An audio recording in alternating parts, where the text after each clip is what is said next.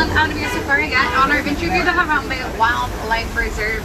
Now, friends, I do ask that for your safety that you stay seated at all times. Keep your hands, arms, feet, and legs inside the vehicle.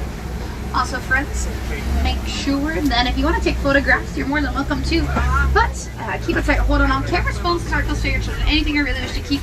Anything that falls inside the truck is going to have to stay outside the truck because you can't stop to pick it up. Now, while we're out on the reserve, we are in these animals' homes, so I do ask that with respect to the animals and the courtesy of those around you. Please try to keep all conversations to a minimal volume. Let's not yell or scream at the animals, don't whistle at them, make kissing noises, or even try to imitate their noises. The animals just don't really like it. Now we're going to start for 2 weeks safari here in the Little Teary Forest. If you look there to the right hand side, you'll see an old copy right on top of the hill. Now copies have stripes on their back legs that make them look kind of like a zebra, but they are not. They're actually the only known relative to the giraffe. Now we know that because of their skeletal structure and also their 13-inch prehensile tongue. In fact, an okapi can actually lick its own eyeball. Pretty cool, right? That makes it the very shrouded, close nature of the okapi, and also the fact that they blended really well with their surroundings. Actually, were not found in the Western world until about 1901. Also, considered believing they're mythical, kind of like a unicorn. Up on top of the hill, you'll see some greater kudu up there. Now, the greater kudu are the second tallest antelope in Africa. They stand about 55 inches tall at their shoulders. Now, also coming up to the left-hand side, you're going to see a black rhino laying down by this wall here. Black rhinos are very solitary by nature. They have a triangular prehensile upper lip that allows them to grasp different things to eat. The black rhinos are the smallest of the African rhino species, weighing only about 3,000 pounds. And unfortunately, there's less than 5,000 left in the world. That is due to poaching. And poached for their horns, which are made of keratin, the same thing as our fingernails and our hair. And up to the right-hand side, you'll see some bongo, a chestnut-colored coat sitting on top of the hill there. The bongos are known as the ghost of the forest because they stay very far back and hidden. Both the male and female have those horns, which make one complete spiral, and they will use their horns as a way to dig up roots in the ground. When they're through the forest, they're shielding their heads all the way back so their horns aren't getting caught up in the trees. Now, both the bongo and the greater do have stripes on their bodies. The stripes are their natural camouflage. To predators, the stripes affect sun streaks or even moon streaks. So they are able to stand in the forest in plain sight and not be seen. I personally like to say that they are masters of hide and go seek. Friends, we're going to come over this hill through the forest and into the Sapi River we go. The Sapi River is home to a lot of the river-dwelling animals. In fact, I see 2 of them sitting up on the bank here. Those are Nile hippos. Now, usually Nile hippos stay in the water during the day because they have very sensitive skin. What helps protect their skin also helps to keep them cool. Now, hippos, a group of them is called the bloat, and there's a bloat of them right here in the water to the left-hand side. Now, hippos can weigh up to 5,500 pounds. They are quite massive, and when they're in the water like that, they can actually hold their breath for 8 minutes at a time. When a Nile hippos first born, they weigh anywhere from 80 to 100 pounds. They are excellent swimmers. The older they get, the less that they swim, and then when they just kind of sink down to the bottom of the river, walk their chubby little legs across the bottom of the riverbed to move along. Also, to the left-hand side, you'll see some really large white birds on the island. Those are called pink-backed pelicans. Pink-backed pelicans get their name from the very light shade of pink that the males turn during mating season. They have a pretty impressive wingspan, though. Their wingspan's actually anywhere from 7 to 9 feet. That's about the canopy right above your heads. More hippos on the bank. Make sure you're seated, friends. You have to stay seated. They're coming up on a really old bridge here, friends. They might take it fully forward. That means very slow sliding because we are in crocodile territory. But to the left-hand side, you will see the Nile crocodiles. You can see them with their mouths open. That is a way of cooling off their body. They open up their mouths to push out any of the hot air that might be trapped inside.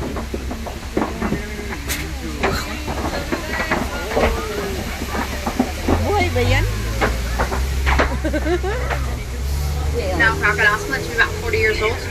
They can grow to be about 16 feet long and run up to 10 miles an hour on land. They also have some pretty powerful jaws. In fact, they can bite down with over 2,000 pounds per square inch of bone-crushing strength. Surprisingly, though, they make excellent parents. So both the male and the female of the crocodile species will roll their eggs along their tongues to help the babies hatch. Then once babies have hatched, if they sense danger coming by, they'll open up their mouths once again and allow the babies to jump in so that they can protect them. And this next area that we're heading into is actually my favorite part of the reserve. This is the savannah. Savannah is home to a lot of the icons of Africa, like the giraffes, the elephants, and even the lions. So it is also sometimes referred to as nature's highway because of hundreds of thousands of animals that will migrate through it every single year. And you see quite a few of those animals already out in the distance here. I do want to point out here, friends, that the landscape of the savannah is kept up by the animals that live here.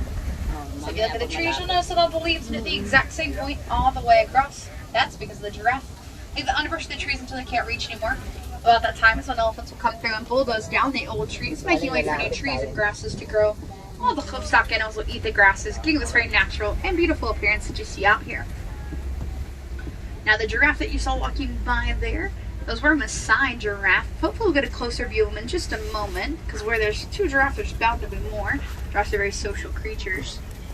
The tower is what a group of giraffe are called, though. Now, as I mentioned, they're Maasai giraffe, and we can tell it because of patches on their skin. When a little bit closer, look really carefully. They kind of look like someone took a crayon and just decided to scribble outside of the lines. Giraffes are known for their very long necks. That they have their necks actually have the same amount of vertebrae in them as a human being, built at a whopping 7. Their vertebrae are just much larger than ours and a lot more spread out. Out to the left-hand side, there's a cave, and right in front of the cave you see the African painted dogs. The painted dogs get their name from the very unique markings on their fur. Those markings are unique to each and every individual dog, kind of like a human's fingerprint. Now they look nice and cute, Cully. Hi friends, everyone has to stay seated, please. You have to stay seated. All the way seated. Now they look nice and cute and cuddly. I wouldn't really want to have one as a pet. They are incredible hunters. About 80% of their hunts end in success. That's because their ability to literally chase their prey until it drops to exhaustion. Now here to the left-hand side, also see some sable antelope laying down over there. The sable antelope are the emblem or the symbol of the Harambe Wildlife Reserve. Both the male and female have those razor-sharp horns, which they'll use to spar each other to show dominance, also as a way to deter predators like lions from jumping on their backs. Now, Harambe in Swahili does mean to come together, which is exactly what the sable antelope will do when they feel threatened. They'll come together to protect their own, which is why they were chosen as our emblem. Because much like them, we also come together to help protect the animals out on this reserve. Straight ahead, friends, you're going to see some wildebeest. They're a light gray animal out there. The wildebeest, their name in Afrikaans literally translates to wild beast. It's a very intimidating look they have with their horns and their beards. They're also sometimes referred to as new, spelled G-N-U, because of the low grunting sound that they make. They are incredible migrators, though. In fact, a herd of 1.5 million can migrate anywhere from 500 to 1,000 miles in a single year. Their babies actually have to stand and walk within about 15 minutes of being born, or else they run the risk of being left behind. Now, out to their right as well, you're going to see some really small antelope. Those are called springbok. Springbok get their name from the springy motion that they do when frightened. It's actually called pronking. When they pronk, they can jump up 6 feet and out 13 feet at the exact same time. They also run up to 55 miles an hour, which is why they're chosen as the mascot of a lot of different sports teams out here in Africa. Looking out to the right, I also see some Ankole cattle. Those animals with really large horns out there. The Ankole cattle, also sometimes referred to as the Watusi cattle. They're named after the tribe that first domesticated them, the Watusi tribe. They have some really large horns they'll use. This one's actually grown about 6 feet long and have a diameter to 20 inches at their base. Because this one's so large, you might think, well, it's pretty heavy, but they're actually a honeycomb structure. Also out here to the right, you'll see some other antelope.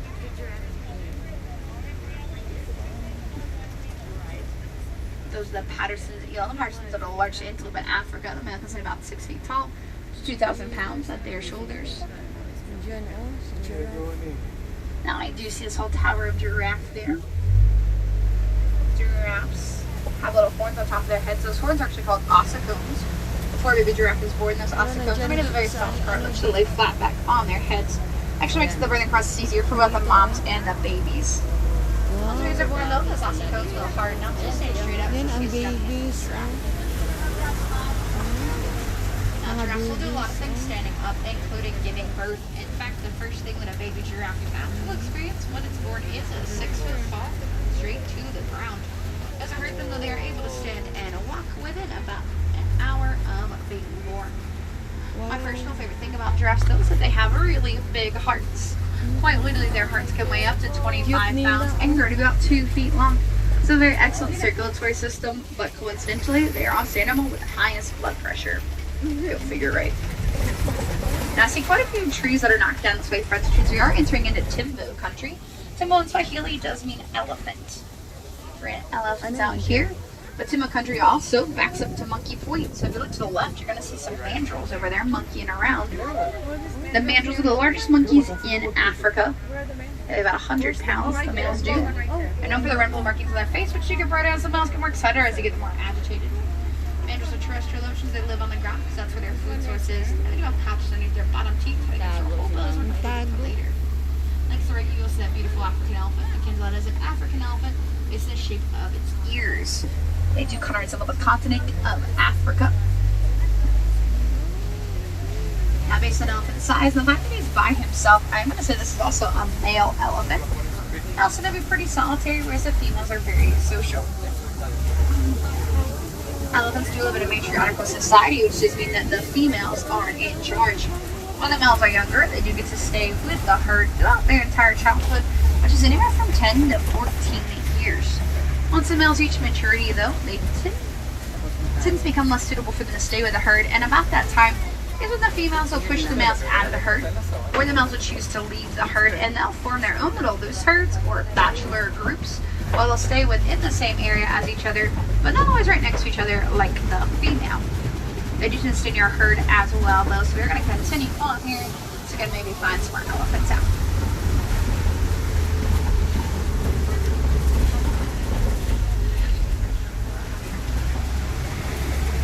Actually, friends, we're going to on some red clay pits here. You see tusk marks and footprints on either side. That's a pretty good indication there might be some more elephants nearby. There's some to the left. Elephants like to eat that red clay. It provides some of the very important minerals in their diet, like iron. They cannot get from other vegetation that they eat. Unfortunately, though, elephants are endangered due to two major reasons. The first reason is due to poaching. They are being poached for their tusks, which are made of ivory. The second reason is due to habitat loss for mining of a mineral called coltan. Now, coltan is found in a lot of our electronic devices, so the best thing you can do for these elephants is make sure that once you upgrade to the newest electronic device, that you then go back and recycle your old one. That will help all these elephants out tremendously, but not just them. Also help out the mandrills, the greater kudu, the bongo, and the okapi that we saw in the Little Tier Forest. So you can see that herd out to the left-hand side now. Elephants can eat up to 300 pounds worth of vegetation in a single day. They can also get rid of about 200 pounds of that vegetation in the same day, if you catch my drift. Elephants are known for their massive trunks that they have. Their trunks actually have over 40,000 muscles in them, which is more than the entire human body has. And their trunks can hold up to 3 gallons of water. Now, have you ever seen an elephant flapping its ears back and forth? It's not trying to fly. Instead, it's using its ears as a way to cool off its entire body. When they move their ears back and forth, that does create wind in the blood vessels right behind their ears. And that simple movement can actually help decrease their body temperature up to about 15 degrees. Now, coming up to the left-hand side, you're going to see a whole flamboyance of flamingo. Flamboyance is what a group of flamingo are called. Now, these are the greater flamingo. They are the largest of flamingo species, but also the lightest pink. Can anyone guess where they get that light pink coloring from? Shrimp. It is from shrimp in their food. Very good. It's more specifically from brine shrimp. So brine shrimp does contain beta carotene. It helps them turn that very light shade of pink. Flamingos are actually born gray. It takes them about 1.5 to 2 years to turn that pink coloring. And if they were to stop eating brine shrimp, they would lose their pink coloring and go back to being gray. Ooh, now up ahead, friends, left-hand side, we're going to get a great view of my favorite animal on the reserve. Now these beautiful white rhinos walking by. Now, if you'll notice, they're kind of walking towards that big mud pit there. And it's not uncommon for us to see the rhinos in that mud. Rhinos actually love mud because they have very sensitive skin. Even their skin's about 1 inch thick, so they love to lay down in that mud, roll around, kind of give themselves like a mud bath. It helps protect their skin from the sun and bugs, but also helps to keep them cool. You know why they're going to the picnic? Now, these are white rhinos, as I mentioned. White rhinos get their name not from their color, but actually from a mispronunciation of the Afrikaans word vite. So V-I-T. It means wide. They have very wide jaws, also in a grace of this manner. White rhinos are also much larger than their cousins, the black rhinos. They can actually weigh up to 5,000 pounds, making them the largest land mammal that can gallop, meaning that they can run and have all 4 of their feet off the ground at the exact same time. And you got to the left, friends, there are 2 cheetahs laying down in that grassy patch right past the rock here. Cheetahs. Cheetahs are the fastest land mammals on Earth, able to run up to 60 miles an hour. Actually get that speed in a little over 3 seconds, which is about as fast as a race car can accelerate. So they can hold that speed for a couple hundred yards before they tire out completely, and they will use their tail almost like a rudder of a boat, helps them change direction while running. There's 3 more up on the top here too as well. Now, cheetahs actually are one of the only big cats that don't have retractable claws. Their claws stay out at all times, but that's actually kind of what helps them reach those top speeds. It's like they have cleats on their feet, like an athlete. Now, cheetahs are also unlike a lot of the bigger cats, but they do not like to hunt at night. Instead, they prefer to hunt during the day. They actually do that because they do have less competition during the day, but they also have black teardrop markings underneath both of their eyes, which helps deflect the sun while they hunt. Up on the left-hand side, this really large rock formation is called a copy. Copies are one of some of the bigger cats in Africa, like the lions. Lions love copies because it gives them a great vantage point across their little lands in the savannah. See if any predators might be trying to sneak by. Ooh, and look at there, there's a lioness sleeping on top there. Now, lions are inactive anywhere from 16 to 20 hours through the day. This is a pretty normal sight for them. Lions actually sleep so much throughout the day, they're only awake for about 3 years of their entire lives. Now, lions are nocturnal, which means they do hunt at night. And when they hunt, it is the lioness, the female, that does the hunting. The lion actually stays back to protect the fry. During the day, a lion's eyesight is the same as a human's. At nighttime, though, their eyesight does increase to 8 times that of a human, so they can see much better at night. When they hunt at night, they will use their roars to communicate. Their roars can appear up to 5 miles away. Now, to the left, you're going to see some warthogs laying down over there. Okay, really here in the rocks, just to the left of that big tree in the middle. Warthogs have a large land burrowing animals. They have 2 sets of tusks. Their top tusks used to dig their burrows. Their bottom tusks are actually razor sharp, so use them for self-defense. Out to the right-hand side, you're going to see some more rhinos, along with some waterbuck and some bottlebuck and some ostriches. The bottlebuck, their name in African column, translates to patchwork buck because of the very stark contrast to the dark brown parts of their coats in the white. A waterbuck, just like the name suggests, once they find their reliable water source, they don't like to migrate. They'll stay very close by. They have an oily substance on their fur, which some scientists believe to make them waterproof. All that's not proven, though. Other scientists do believe it because the oily substance is very stinky. It might actually be there to help deter predators, like lions, from jumping on their backs. Now, ostriches, they make it a pretty bad rap for not always being the smartest animals ever. That's not really fair to them, though. They are quite incredible. Ostriches can actually run up to 40 miles an hour and get that speed because their strides anywhere from 10 to 16 feet. Ostriches also have a pretty powerful and deadly kick. They use that kick to help defend them against predators like lions. And though ostriches are birds, they do have wings. They actually cannot fly. Instead, they use their wings as a way to change direction quickly while running. Now, this area that we're in is the newest area of our reserve. It's called the Magani Glen. This area was made possible by very generous contributions from multiple conservation funds, like the Disney Conservation Fund. And if you look up on top of the hill, to the left-hand side, you'll see a scimitar horned oryx. It's going to be kind of hard to see, so right up here, got a white coat. Now, scimitar horned oryx has the very impressive ability to go up to 9 months without drinking water. They're able to do that because they do not sweat until their body temperature reaches 115 degrees. On Francisca, here's your Martinez Reserve, which also means RCNR. Sorry, so I'm going to have to take you back to the Warden's Post. I do hope that you had a great time out there, though, friends. I know I sure did being your guide, telling you about all those amazing animals out there. Well, there is actually one more mammal that I want to talk about, friends, and that's you. Friends, right now, you have the ability to make a difference for these animals before it's too late.